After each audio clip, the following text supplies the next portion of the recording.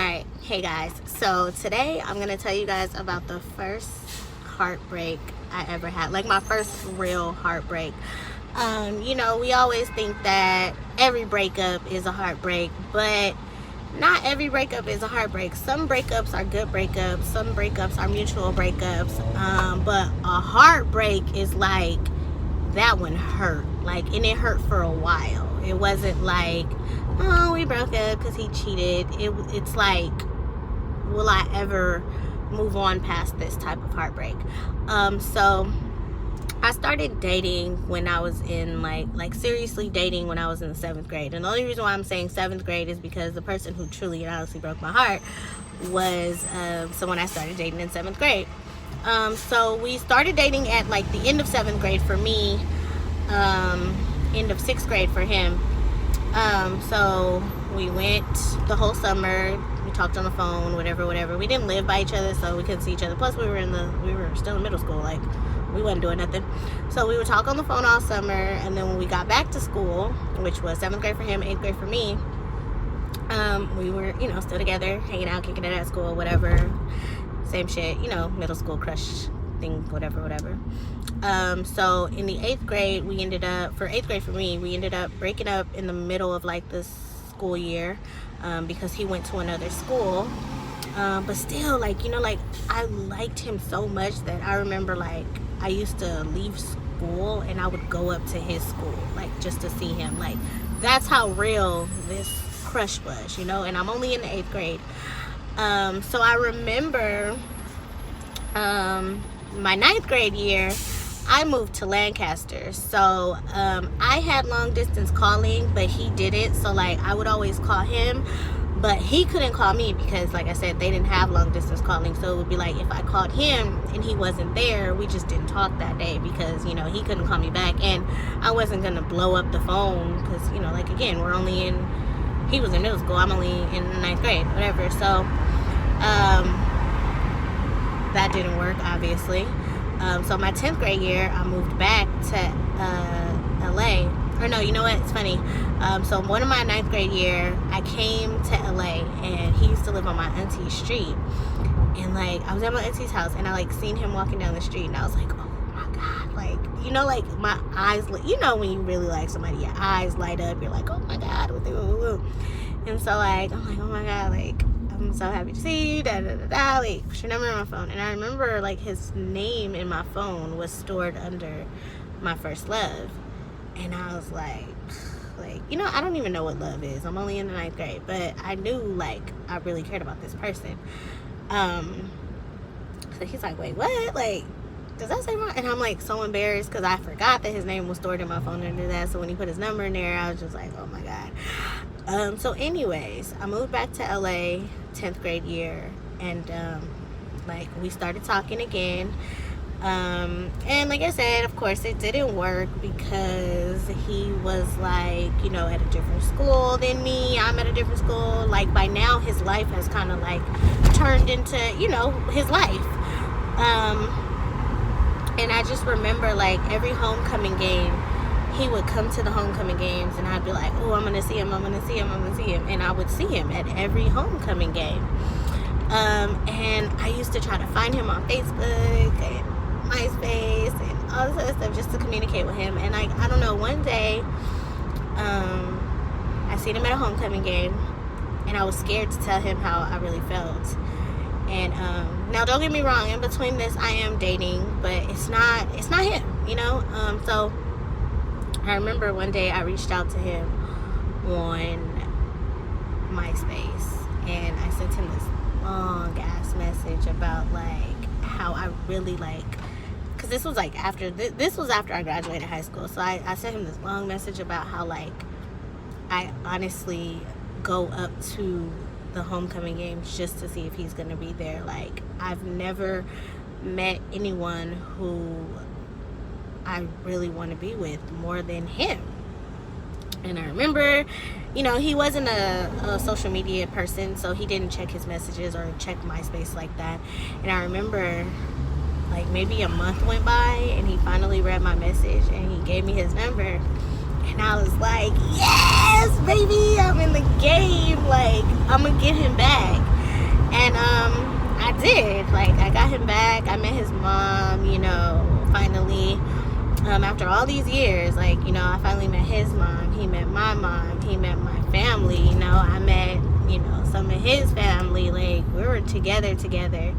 And then I got introduced to clubbing and partying, because, like, at this point, I'm already graduated from high school. I'm, like, 19, 20. I'm partying now. Like, you know, I'm going out. And he wasn't a social person. Like, he didn't go out, he didn't party, so that wasn't his scene.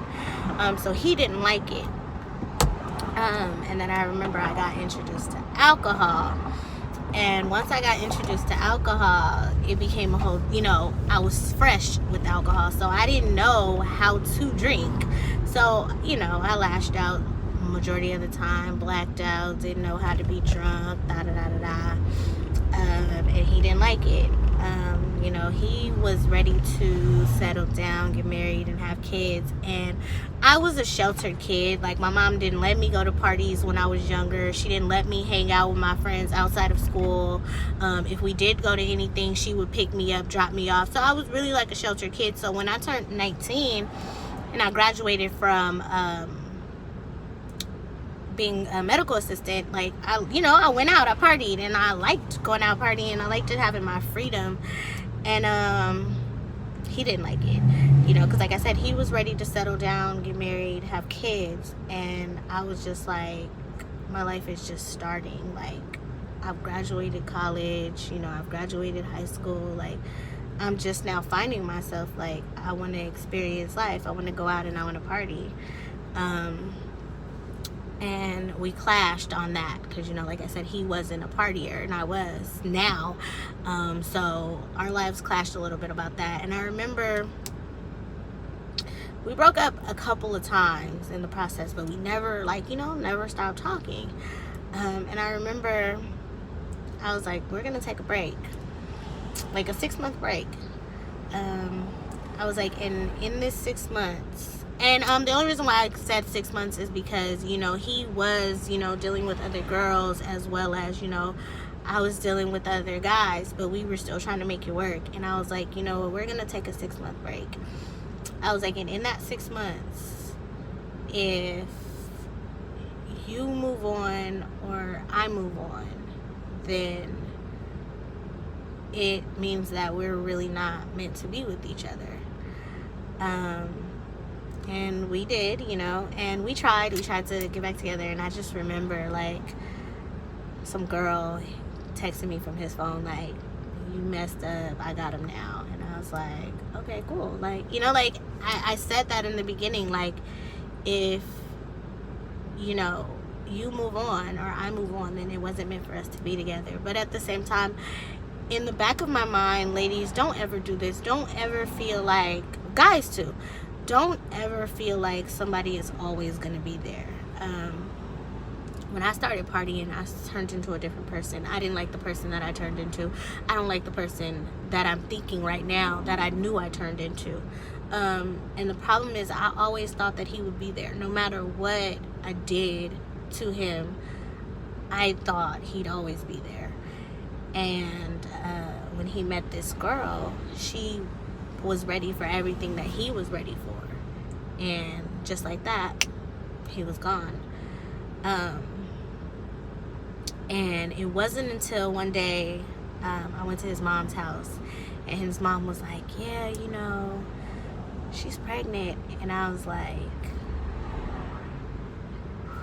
I'm sitting in his mom's living room, and I'm like fighting back tears, and she can see it. She's like, girl, go ahead, let it out, like, just cry. And I'm like, no, like, you see my eyes, I'm getting teary-eyed right now. Like, she's like, that's how I was. And she's like, no, go ahead, let it out, cry. And I'm like, no, no.